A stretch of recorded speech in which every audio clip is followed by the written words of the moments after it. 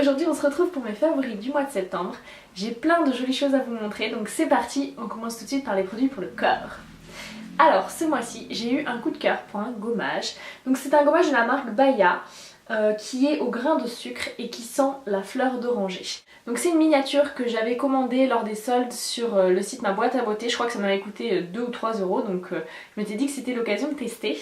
Et donc c'est un gommage fait avec des grains de sucre et je l'adore en particulier à cause de son odeur. Ça sent trop bon la fleur d'oranger. Donc pour celles qui sont fans de cette odeur, ça pourrait vous plaire. En plus les grains de sucre sont pas trop agressifs, donc ça fait un gommage à la fois efficace mais quand même relativement doux, donc moi j'apprécie beaucoup. Et du coup grâce à l'odeur de ce produit, c'est devenu un plaisir de me gommer le corps. Je sais pas si vous vous rendez compte, un plaisir de me gommer le corps, le truc que je fais jamais.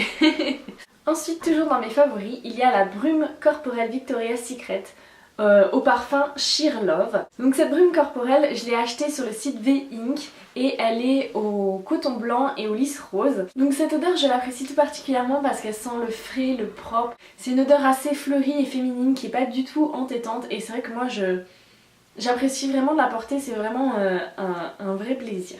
Ensuite on continue dans les odeurs. J'ai eu un énorme coup de cœur pour le parfum Pure Grace de Philosophy. Donc ce parfum, j'en ai beaucoup entendu parler via les youtubeuses américaines ou les filles qui m'avaient fait des voyages aux États-Unis qui se l'étaient ramené. C'est vraiment un parfum hyper populaire et l'odeur, mon dieu, c'est une vraie tuerie. Donc moi je l'ai commandé sur le site BC Store et j'avais pris une miniature pour pas risquer d'être déçue avec un full size si jamais l'odeur me convenait pas. Et je me dis que j'aurais peut-être dû prendre le grand format. C'est vraiment une odeur qui rend accro. Alors encore une fois, c'est une odeur très fraîche, qui sent vraiment le propre, limite l'adoucissant, mais c'est une odeur qui est très cocooning, qui sent le propre chaud en fait, en quelque sorte.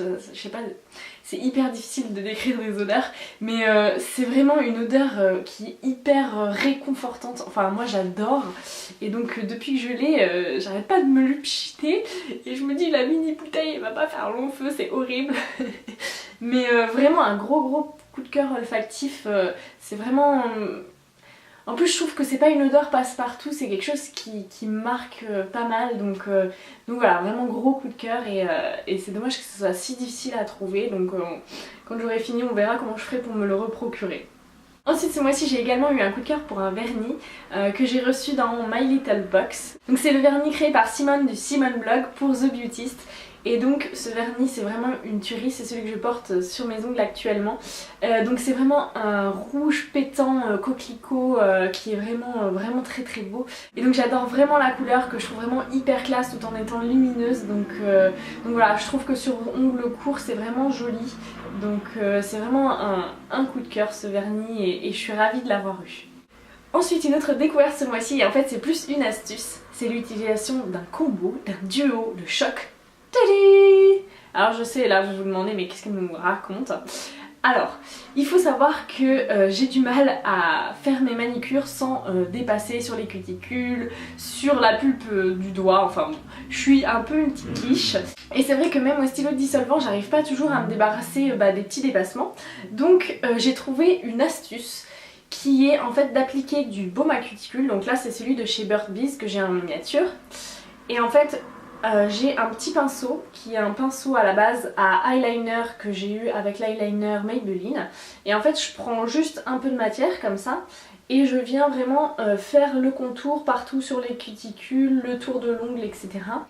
Et donc en fait ça permet que le vernis ne tâche pas les petites peaux sèches, les cuticules, et que les débordements s'effacent facilement grâce au stylo dissolvant. Donc grâce à ça j'ai pu réaliser des manucures parfaite cette semaine, avec aucun dépassement, avec une jolie finition au niveau de la cuticule.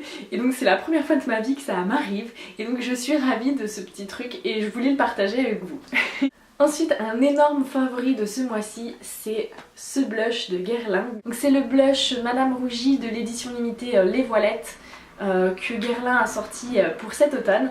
Et donc ce blush je l'adore, c'est vraiment un coup de cœur absolu, il est magnifique. Donc il est évidemment pas aussi beau une fois qu'on l'a déjà utilisé parce que les petits points blancs qui représentent la voilette disparaissent, mais malgré tout il reste magnifique.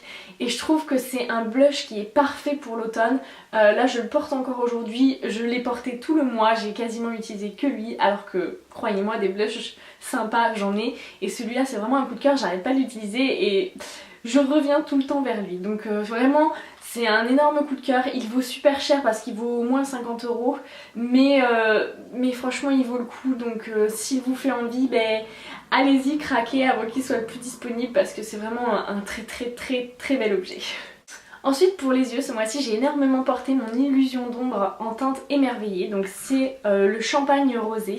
Et c'est vrai que cette ombre à paupières c'est un petit peu mon ombre d'épanage quand j'ai pas d'idée, quand je suis pressée le matin et que j'ai quand même envie d'avoir un air réveillé et un regard lumineux. Et ben cette ombre là elle est vraiment topissime. C'est vraiment un de mes basiques, je l'utilise au moins une fois par semaine et ce mois-ci je l'ai énormément utilisé. Donc vous voyez c'est quelque chose de vraiment hyper lumineux, c'est un beige rosé un peu reflet champagne qui est vraiment parfait, qui peut aller à tout le monde. Ça apporte vraiment une jolie lumière au regard et je le trouve magnifique. Ensuite toujours parmi mes découvertes dans les collections d'automne, il y a cette magnifique palette Dior. Donc c'est la palette Constellation et c'est vrai que dès que je l'ai vue cette palette, je me suis dit il me la faut, c'est vraiment un objet de collection. Elle est vraiment superbe et je me lasse pas de l'admirer. Donc là c'est une harmonie autour du violet, elle existe également dans les verts kaki. Moi j'ai choisi celle-là parce que le violet c'est vraiment une de mes couleurs basiques. Je me maquille très souvent en violet parce que ça me va bien avec mes yeux, avec ma carnation, c'est vraiment une de mes couleurs en termes de maquillage.